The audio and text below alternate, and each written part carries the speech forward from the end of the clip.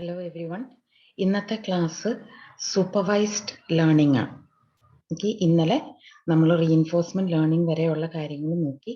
ഇനി we are going to look specifically at supervised learning. എന്താണ് supervised learning?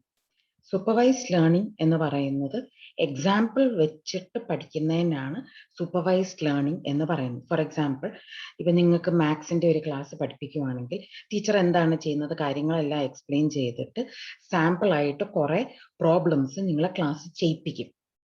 എന്നിട്ട് ആ ചെയ്ത പാറ്റേൺ വെച്ചിട്ടാണ് അടുത്ത ഏതെങ്കിലും ഒരു പുതിയ പ്രോബ്ലം നിങ്ങൾക്ക് തരുമ്പം നിങ്ങൾ തന്നെത്താനെ ചെയ്യുന്നത്. അതിനെയാണ് സൂപ്പർവൈസ്ഡ് ലേണിംഗ് എന്ന് പറയുന്നത്, or learning by example. Okay, for example ഇവിടെ ഇപ്പം നമ്മൾ ക്ലാസിഫിക്കേഷൻ ആണ് പഠിക്കുന്നതെങ്കിൽ, supposing the task is to classify a car. Okay, family car അല്ലെങ്കിൽ നോട്ട് എ ഫാമിലി കാർ എന്ന് പറഞ്ഞ് രണ്ട് ക്ലാസ്സസ് ആയിട്ട് ക്ലാസിഫൈ ചെയ്യാനായിട്ടാണ് ടാസ്ക് എങ്കിൽ നമ്മൾ ചെയ്യുന്നത് എങ്ങനെയാ?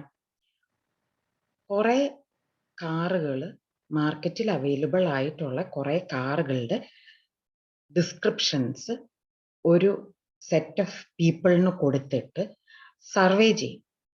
അവരെന്നിട്ട് അതിനെ ഫാമിലി കാറായിട്ടോ നോട്ട് ഫാമിലി കാറായിട്ടോ ലേബൽ ചെയ്തിരിക്കും. ഓക്കെ, നൗ ഈ ഫാമിലി കാറാണ് നമ്മുടെ ഇൻട്രസ്റ്റഡ് ആയിട്ടുള്ള ക്ലാസ്. അതുകൊണ്ട് അതായിരിക്കും പോസിറ്റീവ് എക്സാമ്പിൾസ്. സോ ആരൊക്കെയാണോ സർവേ എടുത്തത് അവരൊക്കെ ഏതൊക്കെ കാറിനെയാണോ ഫാമിലി കാറായിട്ട് ലേബൽ ചെയ്തിരിക്കുന്നത് അതാണ് പോസിറ്റീവ് എക്സാമ്പിൾസ്. ഓക്കെ, ഇനി നോട്ട് എ ഫാമിലി കാറായിട്ട് ലേബൽ ചെയ്തിരിക്കുന്നത് അപ്പം എന്തായിരിക്കും? നെഗറ്റീവ് എക്സാമ്പിൾസ് ആണ്. ഓക്കെ, ക്ലാസ്സിനെ ലേൺ ചെയ്യുക എന്ന് വെച്ച് കഴിഞ്ഞാൽ we are trying to find out a common description. Okay, family കാറെന്ന് വിവിധ ആൾക്കാർ ഏതൊക്കെ കാറിനെയാണോ ക്ലാസിഫൈ ചെയ്തിരിക്കുന്നത് അതിനെല്ലാം കോമൺ ആയിട്ട് എന്തുണ്ട് എന്ന് കണ്ടുപിടിക്കാൻ ശ്രമിക്കുന്നതിനാണ് നമ്മൾ ലേണിംഗ്, ക്ലാസ് ലേണിംഗ് എന്ന് പറയുന്നത്. So we are trying to find out the features of the positive examples. Okay, എന്നിട്ട് ആ ഫീച്ചേഴ്സ് നെഗറ്റീവ് എക്സാമ്പിൾസിൽ ഉണ്ടാവാനും പാടില്ല. ഇത് കണ്ടുപിടിക്കുന്നതിനാണ് ക്ലാസ് ലേണിംഗ് എന്ന് പറയുന്നത്. ഓക്കെ, ഇനി ഇൻപുട്ടിനെ എങ്ങനെ റെപ്രസെന്റ് ചെയ്യാം? എന്താണ് ഇൻപുട്ട് എന്ന് പറയുന്നത്? ഒരു കാറിനെ ഡിസ്ക്രൈബ് ചെയ്യാൻ, കാറിന്റെ എക്സാമ്പിൾ തന്നെയാണ് നമ്മൾ എടുക്കുന്നത്, കാറിനെ ഡിസ്ക്രൈബ് ചെയ്യാനായിട്ട് ഒത്തിരി ഫീച്ചേഴ്സ് നമുക്ക് യൂസ് ചെയ്യാം.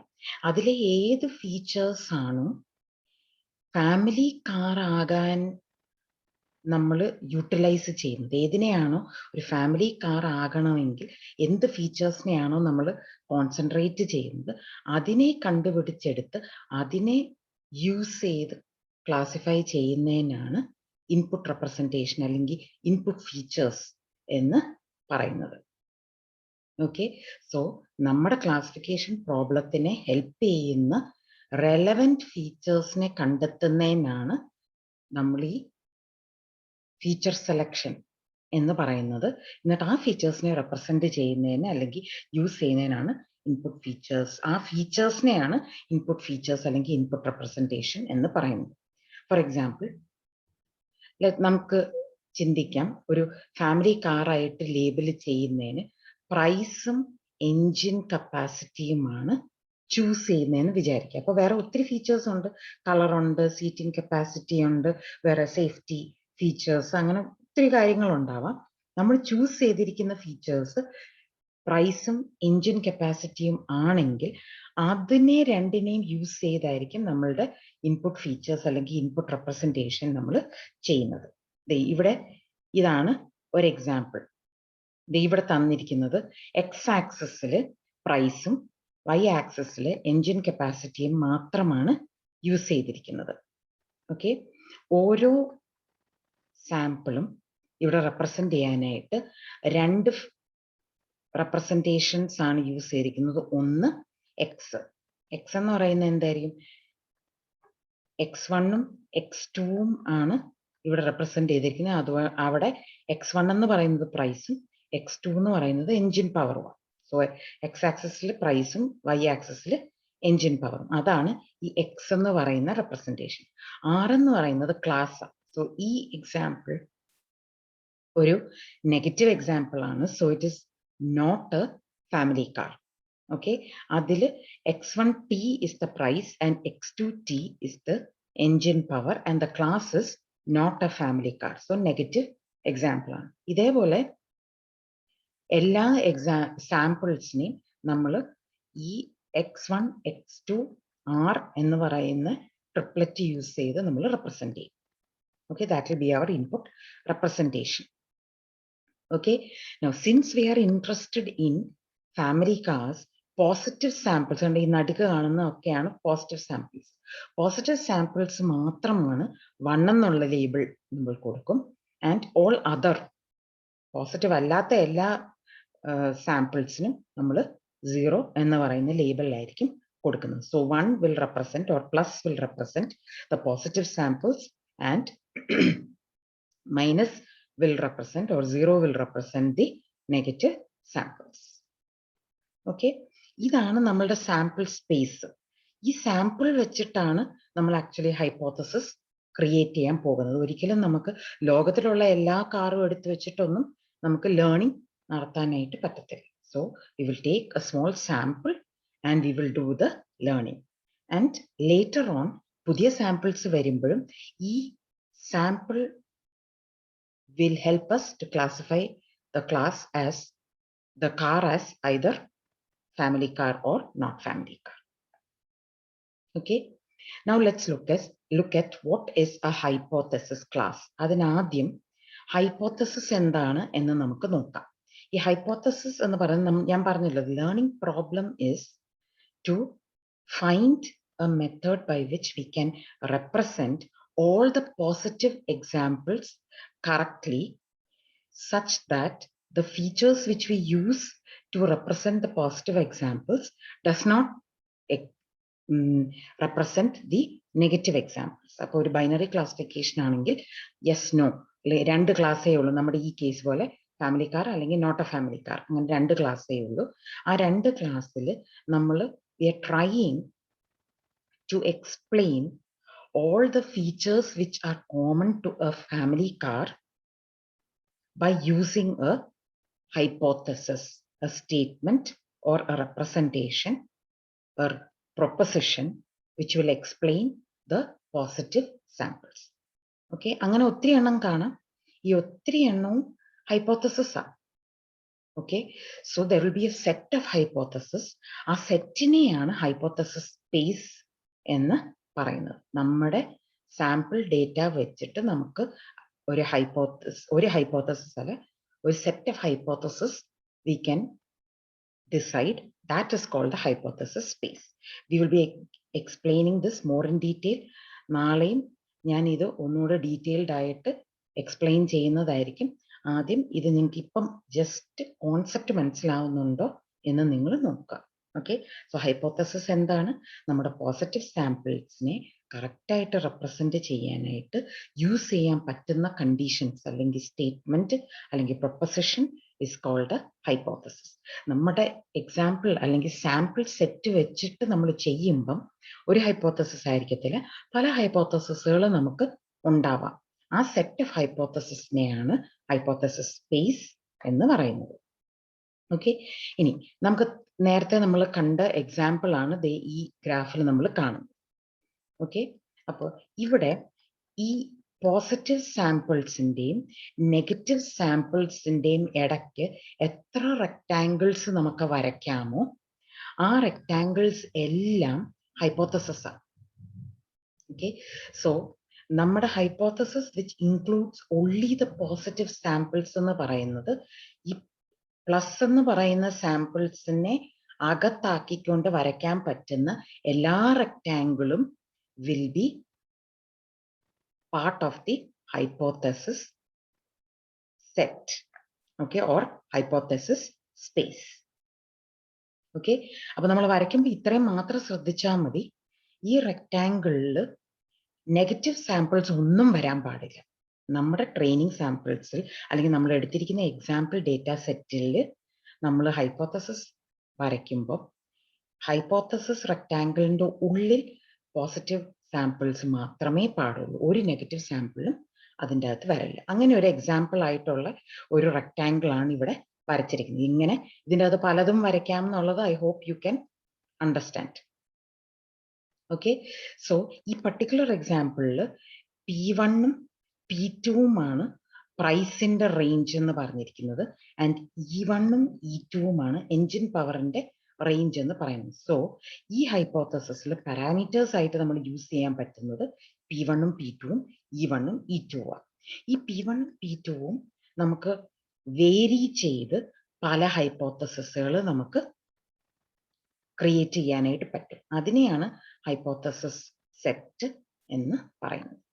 Okay, so small h is one hypothesis in the hypothesis set capital H. Okay, as closely as possible, എത്ര ക്ലോസ് ആയിട്ട് നമുക്ക് പോസിറ്റീവ് സാമ്പിൾസിനെ ഉൾക്കൊള്ളാൻ പറ്റുമോ, ഓക്കെ, അപ്രോക്സിമേറ്റ് ചെയ്യാൻ പറ്റുമോ, അതിനെയാണ് നമ്മൾ ശ്രമിക്കുന്നത്. സോ ബെസ്റ്റ് സ്യൂട്ടഡ് ആയിട്ടുള്ള P1ഉം P2ഉം E1ഉം E2ഉം കണ്ടുപിടിക്കാനാണ് ലേണിംഗ് ടാസ്ക് എന്ന് പറയുന്നത്. ഓക്കെ, ഇനി എന്താണ് എംപെരിക്കൽ എറർ? എംപെരിക്കൽ എറർ എന്ന് പറയുന്നത് നമ്മൾ ലോകത്തിലുള്ള എല്ലാ സാമ്പിൾസും വെച്ചിട്ടല്ല നമ്മൾ ഈ ഹൈപ്പോത്തസിസ് അല്ലെങ്കിൽ ഒരു ഫാമിലി ക്ലാസ്സിനെ ക്ലാസിഫൈ ചെയ്യുന്നത്. നമ്മൾ ഒരു ചെറിയ സബ്സെറ്റിനെ എടുത്തിട്ടാണ് ക്ലാസിഫൈ ചെയ്യുന്നത്. ആ ചെറിയ സബ്സെറ്റിനെയാണ് നമ്മൾ ട്രെയിനിങ് സെറ്റ് എന്ന് പറയുന്നത്. ഓക്കെ, അപ്പൊ നമ്മുടെ ട്രെയിനിങ് സെറ്റ് ഒരു റെപ്രസെൻറ്റേറ്റീവ് സാമ്പിൾ അല്ലെങ്കിൽ, ഓക്കെ, ദാറ്റ് ഇസ് എല്ലാ കാറുകളെയും അല്ലെങ്കിൽ എല്ലാ ഫാമിലി കാറുകളെയും കറക്റ്റായിട്ട് റെപ്രസെന്റ് ചെയ്യുന്ന ഒരു ട്രെയിനിങ് സെറ്റ് അല്ല നമ്മൾ എടുത്തിരിക്കുന്നതെങ്കിൽ പുതിയ സാമ്പിൾസ് കിട്ടുമ്പം, പുതിയ എക്സാമ്പിൾസ് കിട്ടുമ്പം എറർ വരാൻ ചാൻസ് ഉണ്ട്. ഓക്കെ, ആ എററിനെയാണ് എംപെരിക്കൽ എറർ എന്ന് പറയുന്നത്. ഈ എംപെരിക്കൽ എറർ കാൽക്കുലേറ്റ് ചെയ്യാനായിട്ട് നമ്മൾ ചെയ്യുന്നത് we are finding the proportion of training instances. നമ്മുടെ കയ്യിലുള്ള കൊച്ചു സെറ്റിൽ നിന്നും എച്ച് വെച്ചിട്ട്, എച്ച് ആണ് നമ്മുടെ ഹൈപ്പോത്തസിസ്, എച്ച് വെച്ചിട്ട് കറക്റ്റായിട്ട് പ്രെഡിക്റ്റ് ചെയ്തിരിക്കുന്ന സാമ്പിൾ ടു റോങ് ആയിട്ട് പ്രെഡിക്റ്റ് ചെയ്തിരിക്കുന്ന sample. So the empirical error is the proportion of the training instances where the prediction of H does not match. അത് നമ്മൾ പോസിറ്റീവായിട്ടാണ് അല്ലെങ്കിൽ ഫാമിലി കാർ ആയിട്ടാണ് പ്രെഡിക്റ്റ് ചെയ്തിരിക്കുന്നത്, പക്ഷേ അത് ആക്ച്വലി ഫാമിലി കാർ അല്ല. അല്ലെങ്കിൽ നമ്മൾ ഫാമിലി കാർ അല്ല എന്നാണ് പ്രെഡിക്റ്റ് ചെയ്തിരിക്കുന്നത്, പക്ഷേ അത് ആക്ച്വലി ഫാമിലി കാർ ആണ്. ഇത് രണ്ടുമാണല്ലോ wrong predictions. So we are predicting a car which is not a family car as a family car, or we are predicting not a family car as a family car. Okay, അല്ലാത്തതിനെ ആണെന്നും ആയിരിക്കുന്നതിനെ അല്ല എന്നും predict ചെയ്യുന്നതിനാണ്, ആ റേഷ്യോനെയാണ് empirical error എന്ന് പറയുന്നത്. Okay, so here we can see out of the sample set X we have predicted using H. Okay, so if we are interested in one, what we are doing is all the samples, out of all the n samples, we are counting those samples which does not match the actual class. R എന്ന് പറയുന്നത് actual class ആണ്, H എന്ന് പറയുന്നത് predict ചെയ്തിരിക്കുന്ന class ആണ്. Actual ക്ലാസ്സും predict ചെയ്തിരിക്കുന്ന ക്ലാസ്സും മാച്ച് ആകാത്ത എത്ര ഇൻസ്റ്റൻസസ് ഉണ്ട് എന്നാണ് നമ്മൾ എണ്ണുന്നത്. എന്നിട്ട് അത് ടോട്ടൽ ഇൻസ്റ്റൻസ് n വെച്ചിട്ട് നമ്മൾ കമ്പയർ ചെയ്ത് നോക്കും. ആ പ്രൊപ്പോർഷനെയാണ് എംപെരിക്കൽ എറർ എന്ന് പറയുന്നത്. ഓക്കെ, നൗ എന്തൊക്കെയാണ് പ്രിഡിക്ഷൻസ്? ഇത് വളരെ ഇമ്പോർട്ടൻ്റ് ആണ്, ശ്രദ്ധിച്ച് കേൾക്കുക. Okay, what are the types of predictions? Okay, H വെച്ചിട്ടാണ്, ഹൈപ്പോത്തസിസ് എച്ച് വെച്ചിട്ടാണ് നമ്മൾ പ്രിഡിക്റ്റ് ചെയ്യുന്നത്. ആക്ച്വൽ ക്ലാസ് സൂപ്പർവൈസ്ഡ് ക്ലാസ് ആയതുകൊണ്ട് ആദ്യം ആൾക്കാരെല്ലാവരും പ്രെഡിക്റ്റ് ചെയ്ത വാല്യൂസ് ആക്ച്വൽ സി നമ്മുടെ കയ്യിൽ ഇരിപ്പുണ്ട്. ഓക്കെ, സോ ട്രൂ പോസിറ്റീവ് എന്ന് പറയുന്നത് പ്രെഡിക്റ്റ് ചെയ്ത ക്ലാസ്സും ആക്ച്വൽ ക്ലാസ്സും സെയിം ആണെങ്കിൽ it is a true positive. അപ്പം നമ്മുടെ hypothesis is predicting correctly the positive classes. Okay, so H is also equal to 1 and C is also equal to 1, where H is the prediction and C is the actual class of the car. Okay, in a true negative എന്തുവാ? H ഉം 0 ആണ്, C ഉം 0 ആണെങ്കിൽ അത് true negative ആണ്. എന്ന് വെച്ചാൽ നമ്മുടെ ഹൈപ്പോത്തസിസ് പ്രെഡിക്റ്റ് ചെയ്തിരിക്കുന്നതും നെഗറ്റീവ് ആയിട്ടാണ്, ആക്ച്വലി ആ പർട്ടിക്കുലർ ഇൻസ്റ്റൻസ് നെഗറ്റീവുമാണെങ്കിൽ it is a true negative. അപ്പൊ ഫോൾസ് പോസിറ്റീവ് എന്തായിരിക്കും? പ്രെഡിക്റ്റ് ചെയ്തിരിക്കുന്നത് പോസിറ്റീവ് ആണ്, പക്ഷെ ആക്ച്വലി അത് നെഗറ്റീവ് ആണ്. So H is equal to 1 and C is equal to 0. അപ്പൊ ഫോൾസ് നെഗറ്റീവ് എന്തായിരിക്കും? ഫോൾസ് ആയിട്ട് നെഗറ്റീവ് എന്ന് പ്രെഡിക്റ്റ് ചെയ്തിരിക്കുന്നു. So H is equal to 0 but actually the class is 1. അതിനെയാണ് ഫോൾസ് നെഗറ്റീവ് എന്ന് പറയുന്നത്. Okay, so there are H കൊണ്ട് predict ചെയ്യുമ്പോൾ സാമ്പിൾസിനെ ഈ 4 രീതിയിലാണ് നമുക്ക് പ്രെഡിക്റ്റ് ചെയ്യാൻ പറ്റുന്നത്. ഒന്നുകിൽ ട്രൂ പോസിറ്റീവ് ആയിരിക്കും, അല്ലെങ്കിൽ ട്രൂ നെഗറ്റീവ് ആയിരിക്കും, അല്ലെങ്കിൽ ഫോൾസ് പോസിറ്റീവ് ആയിരിക്കും, അല്ലെങ്കിൽ ഫോൾസ് നെഗറ്റീവ് ആയിരിക്കും. ഓക്കെ, ഇത് ക്ലിയർ ആയിരിക്കണം നിങ്ങൾക്ക്, ഒരു ഡൗട്ട്സും ഇതിൽ പാടില്ല. ഇതേ ബേസ് ചെയ്തിട്ടാണ് നമ്മൾ പെർഫോമൻസ് ക്ലാസിഫയേഴ്സിന്റെ കാൽക്കുലേറ്റ് ചെയ്യുന്നത്. ഓക്കെ, സോ ഹിയർ സി, ഇതാണ് നമ്മുടെ H എന്ന് പറയുന്നത്, ഈ റെക്ടാങ്കിൾ. ഈ റെക്ടാങ്കിൾ ആണ് നമ്മുടെ H എങ്കിൽ ഇതിൻ്റെ അകത്ത് നമ്മൾ ഈ അകത്തെ റെക്ടാങ്കിൾ ആണ് നമ്മുടെ H എങ്കിൽ, okay, then there will be only false positives and there will be only true positives and true negatives. Okay, എന്നാൽ നമ്മുടെ റെക്ടാങ്കിൾ ഈ PI P1 P2 and E1 E2 എന്നുള്ള ക്ലാസ്സിലാണെന്നുണ്ടെങ്കിൽ chances are that ഈ ഏരിയയിൽ, okay, ഈ left സൈഡിലോട്ട് ചരിഞ്ഞിരിക്കുന്ന വരകൾ ഉള്ള ഏരിയയിൽ ഫോൾസ് നെഗറ്റീവ്സ് വരാനായിട്ട് ചാൻസ് കൂടുതലുണ്ട്. കാരണം ഈ പർട്ടിക്കുലർ ഏരിയയ്ക്കകത്ത് എല്ലാ സംഭവങ്ങളും പോസിറ്റീവ് ആണ് എന്നാണ് പറയുന്നത്. ഈ ഏരിയയ്ക്കകത്ത് എല്ലാ കാര്യങ്ങളും പോസിറ്റീവ് ആണെന്നുണ്ടെങ്കിൽ ദെൻ ശരിക്കും പറഞ്ഞു കഴിഞ്ഞാൽ ഈ നെഗറ്റീവിന് തൊട്ടടുത്തിരിക്കുന്നതൊന്നും പോസിറ്റീവ് ആകാനായിട്ട് ചാൻസ് ഇല്ല. Okay, so it's possible that ഈ റെക്ടാങ്കിൾ ആണ് നമ്മൾ എടുക്കുന്നതെങ്കിൽ ഇതിൻ്റെ അകം ഫോൾസ് പോസിറ്റീവ്സ് ആകാനും ഫോൾസ് നെഗറ്റീവ്സ് ഉണ്ടാകാനും ചാൻസ് കൂടുതൽ കാണുന്നുണ്ട്. Okay, so actual small h എന്ന് പറഞ്ഞ് നമ്മളൊരു സാമ്പിളിൽ നിന്ന് സെലക്ട് ചെയ്യുമ്പോൾ നമ്മൾ എപ്പോഴും ശ്രമിക്കാൻ പോകുന്നത് പ്ലസിന്റെ തൊട്ടടുത്ത് കൊണ്ടുവന്ന് നമ്മൾ ലൈൻ വരച്ച് കഴിഞ്ഞാൽ, പ്ലസിന്റെ തൊട്ടടുത്ത് കൊണ്ടുവന്ന് നമ്മൾ ഹൈപ്പോത്തസിസ് എടുത്തു കഴിഞ്ഞാൽ ചിലപ്പം പുതിയൊരു സാമ്പിൾ വരുമ്പം ഇതിന്റെ വെളിയിലായിരിക്കും കിടക്കുന്നത്, പക്ഷെ അത് പോസിറ്റീവ് ആകാനാണ് കൂടുതൽ ചാൻസ് ഉള്ളത്. So we will get false positives, false negatives if we have a very tight H. എന്നാൽ ഏറ്റവും വലുതാകുന്ന റെക്ടാങ്കിൾ ആണ് നമ്മൾ വരയ്ക്കുന്നതെങ്കിൽ, ഓക്കെ, ദാറ്റ് ഇസ് നെഗറ്റീവിന്റെ തൊട്ടടുത്തുള്ള റെക്ടാങ്കിൾസ് വരയ്ക്കുന്നതെങ്കിൽ നെഗറ്റീവ് സാമ്പിൾസിനെ പോസിറ്റീവായിട്ട് ക്ലാസിഫൈ ചെയ്യാനായിട്ടുള്ള ചാൻസ് കൂടുതലാണ്. Okay, so that is how we decide where the H should be drawn. ഏറ്റവും suitable ആയിട്ടുള്ള H എവിടെ ആയിരിക്കും എന്ന് നമ്മൾ പ്രെഡിക്റ്റ് ചെയ്യുന്നത് ഈ രണ്ട് ലോജിക്ക് വെച്ചോണ്ട്. The hypothesis should not be very close to positive samples or very close to the negative samples.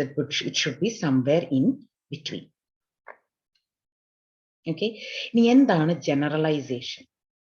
Okay, ഈ Hന്റെ പാരാമീറ്റേഴ്സിനെ സ്യൂട്ടബിൾ ആയിട്ട് നമ്മൾ കാൽക്കുലേറ്റ് ചെയ്യുന്നതിനാണ് ജനറലൈസേഷൻ എന്ന് പറയുന്നത്. നമ്മുടെ എയിം കറക്റ്റായിട്ട് കാൽക്കുലേറ്റ് ചെയ്യാൻ പറ്റണമെങ്കിൽ നമ്മുടെ സാമ്പിൾ സൈസ് കറക്റ്റ് ആയിരിക്കണം. നമ്മൾ എടുത്തിരിക്കുന്ന representative training data set actually റെപ്രസെൻറ്റേറ്റീവും ആയിരിക്കണം.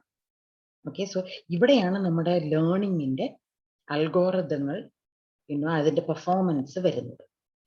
We want to try to find out P1 and P2, E1 and E2 so that there is no error or the error is very less. It tends to 0. Okay, അതിനെയാണ് generalisation എന്ന് പറയുന്നത്. Correct ആയിട്ടുള്ള ഏറ്റവും best ആയിട്ടുള്ള എച്ചിനെ കണ്ടുപിടിക്കുന്നതിനാണ് generalisation എന്ന് പറയുന്നത്. Problem എന്താ? ഞാൻ നേരത്തെ പറഞ്ഞു, നമ്മൾ ലേൺ ചെയ്യുന്നത് ഒരിക്കലും ലോകത്തിലുള്ള എല്ലാ പ്രോബ്ലംസും വെച്ചോണ്ടല്ല, സാമ്പിൾസും വെച്ചോണ്ടല്ല. ലേൺ ചെയ്യുന്നത് ഒരു ചെറിയ സെറ്റ് ഓഫ് റെപ്രസെൻറ്റേറ്റീവ് സാമ്പിൾസ് വെച്ചിട്ടാണ് നമ്മൾ ലേൺ ചെയ്യുന്നത്. അതുകൊണ്ട് തന്നെ പുതിയൊരു എക്സാമ്പിൾ വരുമ്പോൾ അത് തെറ്റായിട്ട് ക്ലാസിഫൈ ആകാനായിട്ടുള്ള ചാൻസ് ഉണ്ട്. There is A possibility. ആ ചാൻസിനെ കുറയ്ക്കുക എന്നുള്ളതാണ് ജനറലൈസേഷനും കൊണ്ട് നമ്മൾ ഉദ്ദേശിക്കുന്നത്. ഓക്കെ, ഇനി we are going to look at certain specific terms in hypothesis. Okay, അതിന് ഈ ഡയഗ്രാമിൽ നോക്കുക. ഞാൻ നേരത്തെ പറഞ്ഞു സ്മോൾ h അല്ലെങ്കിൽ നമ്മുടെ ജനറലൈസ്ഡ് ഹൈപ്പോത്തസിസ് നമ്മൾ ഉദ്ദേശിക്കുന്നത് പോസിറ്റീവ് സാമ്പിൾസിന്റെ ഏറ്റവും അടുത്തുള്ളതും ആവരുത്, നെഗറ്റീവ് സാമ്പിൾസിന്റെ ഏറ്റവും അടുത്തുള്ളതും ആകരുത്. ഓക്കെ, ഈ ഏറ്റവും ടൈറ്റ് ആയിട്ട് വരയ്ക്കാൻ പറ്റുന്ന റെക്ടാങ്കിളിനെയാണ്, പോസിറ്റീവ് സാമ്പിൾസിനെ കറക്റ്റ് ആയിട്ട് ഉൾക്കൊള്ളുന്ന റെക്ടാങ്കിളിനെ ആണ് മോസ്റ്റ് സ്പെസിഫിക് ഹൈപ്പോത്തസിസ് എന്ന് പറയുന്നത്. Okay, so it is the tightest rectangle that can include all the positive values and none of the negative values. Okay, so this is S, capital S, which is most specific. എന്നാൽ തിരിച്ച് ഏറ്റവും വലിയ rectangle which you can draw with all the positive values and without the negative values is the most general hypothesis. So ഈ rectangle കണ്ടോ, ഈ G എന്ന് പറയുന്ന റെക്ടാങ്കിളും എല്ലാ പോസിറ്റീവ് സാമ്പിൾസ് ആണ് അകത്തുള്ളത്, നെഗറ്റീവ് സാമ്പിൾസ് ഒക്കെ വെളിയില്ല. പക്ഷെ this is the biggest rectangle that can be drawn. So this is the most general hypothesis. Okay, actual hypothesis must be somewhere in between S and G. Okay, so S ന്റെയും G യുടെയും ഇടയിൽ എനിക്ക് കുറെ rectangles വരയ്ക്കും അല്ലെ. ഈ set of rectangles which can be drawn in between S and G is the hypothesis space. It is the set of all valid hypotheses. Okay, and it is called the version space. Set of all valid hypotheses ഉൾക്കൊള്ളുന്ന ആ ഏരിയയാണ് version space എന്ന് പറയുന്നത്. അപ്പം ഇത് ഞാൻ വരച്ചിരിക്കുന്നത് ഈ particular set of positive examples and negative examples വെച്ചിട്ടാണ്. എൻ്റെ എക്സാമ്പിൾസ് മാറിയാൽ എൻ്റെ ഈ സ്പെസിഫിക് ഹൈപ്പോത്തസിസും മാറും, ജനറൽ ഹൈപ്പോത്തസിസും മാറും, വേർഷൻ സ്പേസും മാറും. Okay, what is margin? Margin ഉദ്ദേശിക്കുന്നത് ഇത്രയുമേ ഉള്ളൂ, എസിന്റെയും ജിയുടെയും ഈക്വി ഡിസ്റ്റന്റ് ആയിട്ട് വരയ്ക്കുന്ന എച്ചിനെയാണ് ഏറ്റവും കൂടുതൽ മാർജിൻ ഉണ്ടാവുക അല്ലെ. പോസിറ്റീവ് എക്സാമ്പിൾസിൽ നിന്നും ഏറ്റവും കൂടുതൽ പോസിബിൾ മാർജിനും നെഗറ്റീവ് എക്സാമ്പിൾസിൽ നിന്നും ഏറ്റവും കൂടുതൽ പോസിറ്റീവ് മാർജിനും കിട്ടുന്ന ഹൈപ്പോത്തസിസിനെയാണ് നമ്മൾ സ്മോൾ എച്ച് അല്ലെങ്കിൽ ഏറ്റവും സ്യൂട്ടബിൾ എച്ച് ആയിട്ട് ഡിസൈഡ് ചെയ്യുന്നത്. ആ ഡിസ്റ്റൻസിനെയാണ് മാർജിൻ എന്ന് പറയുന്നത്. And the aim is always to increase the margin as much as possible. So വളരെ സിമ്പിൾ ആണ്. എസിനെ കണ്ടുപിടിക്കുക, ജിനെ കണ്ടുപിടിക്കുക, എന്നിട്ട് ഈ എസിന്റെയും ജിയുടെയും ഈക്വി ഡിസ്റ്റന്റ് ആയിട്ടുള്ള ഒരു റെക്ടാങ്കിളിനെ ഫിക്സ് ചെയ്യുക. അതാണ് maximum margin. So we are hoping that there is enough space in between the positive and the negative samples so that new examples will be correctly classified. Okay, with this I am stopping today's lesson. ഒന്നുകൂടെ അടുത്ത ക്ലാസ്സിൽ ഞാൻ ഈ ജനറലൈസേഷനും ഹൈപ്പോത്തസിസും മാർജിനും ഒക്കെ ഒന്നുകൂടെ clear ആയിട്ട് explain ചെയ്തിട്ട് നമുക്ക് അടുത്ത ടോപ്പിക്കിലേക്ക് കടക്കാം. Thank you. If you have any doubts, please feel free to contact me.